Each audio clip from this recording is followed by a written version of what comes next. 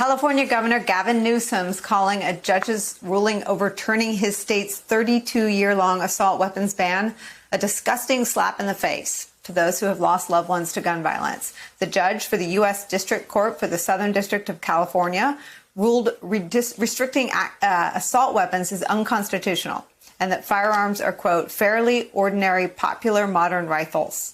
It was one of the more eye-popping parts of this judge's opinion. He wrote, like the Swiss Army knife, the popular AR-15 rifle is a perfect combination of home defense weapon and homeland defense equipment.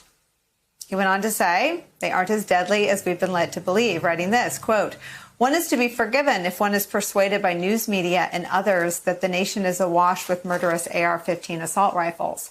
The facts, however, do not support this hyperbole, and facts matter. But there is no question that gun violence, and AR-15s in particular, are an epidemic in this country. The deadliest mass shootings in recent years have been because of assault weapon-style machinery, claiming the lives of hundreds of our neighbors, moms, dads, and kids. Joining us now, Fred Guttenberg, gun safety advocate. His daughter Jamie was killed in the Parkland school shooting in 2018. Claire McCaskill is still with us as well. Fred, I follow you on Twitter, and every time I read your tweets, I have the same thought. How does he do this? How do you find the strength to speak out against insane rulings like this and this fight that I think Governor Newsom about 10 days ago said is starting to have a sameness and a numbness that we cannot let set in? Well, good afternoon to both of you, and thank you. You know what? Here's how. Tomorrow evening, I should be at a graduation with all the other seniors, and my daughter should be getting her diploma, and she won't be. We'll be instead there to collect an empty box, what they call a shadow box, because my daughter was murdered in school. And you know what, Nicole? As long as this insanity continues, as long as there's the opportunity and the chance for us to be better than this and for us to do more than this and for us to start saving lives and to call out the BS of this judge, because the only thing he said is facts, that was honest and accurate, is facts matter.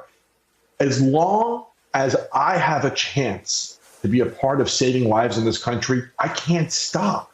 I should have been doing this before it was my kid, and I wasn't. I'll never, ever get over that guilt, but I won't stop now. Fred, first of all, thank you. And I can get choked up thinking about you and other parents and this high school graduation that is empty in so many ways. Talk about the percentage, talk about facts, talk about the percentage of Americans that want to do away with weapons that make us stand out from the rest of the world in terms of their ability to kill so many human beings in the flash of an eye.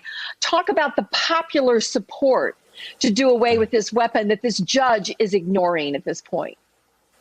No, listen, I'm so glad you asked that question. Listen, the past two elections, okay, in 2018, we elected a Democratic House. In 2020, we elected President Biden and Vice President Harris and a Democratic Senate. And it's in large part on this issue. There is not another issue in this country that you will see 90% support on doing something about gun violence the way we see it here. There is not another more bipartisan issue in this country that Americans are demanding change on. You know, listen, and this judge, I think, actually, for me, laid out the framework why voting matters and why change has to happen, because he used certain phrases. I mean, he literally, this was written by the NRA, okay? The idea that in the first sentence, he compared it to the Swiss Army knife, okay? If a Swiss Army knife were used at my daughter's school, she'd be alive today. She was on the third floor. I have the photos and the video of what happened in that school. A Swiss Army knife would not have killed her. That's number one. And the use of the word common, that is the gun industry word that they want everybody to buy into. And I want to remind everyone, Jamie was born in 2003. In 2004, the assault weapons ban ended. These were not common weapons. We went through years following that where they said, it's going to be for hunting, it's for sport. But the industry produced them at rates far higher than what was required and pumped and flooded our streets with these weapons so that they can now say it's common. And now that they're calling it common, their goal is to get the Supreme Court to say we should make them permanent. Hell no. Too many people die, okay? And enough is enough. Fred, your tweet this morning is about Father's Day, and Claire talked about getting choked up. I'm going to read it. You tweeted this: "It's almost Father's Day. Rather than celebrating, I'll spend Father's Day working to prevent other dads from losing children to gun violence. I need your help. Sending a message to DC. Let's make Dads for Gun Safety the biggest hashtag of all times with 1 million retweets. Let's do this." How can we help you? You know what? I want that hashtag to blow up. I believe in democracy. I've been listening to your program for the past hour about everything with Manchin. And you know what? In spite of him, I believe in our democracy. And I believe we can send messages to those we elect to be better and to do more. And I asked for 1 million, of imprints of the hashtag Dads for Gun Safety. Let's make it 10 million. Let's show Washington, D.C. that it's not just moms, it's not just kids, it's also dads. Let's show them, because you know what? Moms and kids have been amazing fighting for gun safety. The dads have not stepped up as much.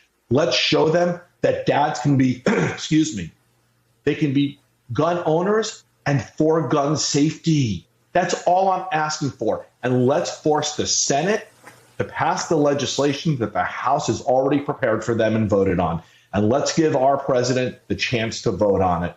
To sign it. Hashtag Dads for Gun Safety. Let's send a message to Washington, D.C. Again, we're still in this COVID place. We can't have a march on Washington, but we can send a message. Let's do this.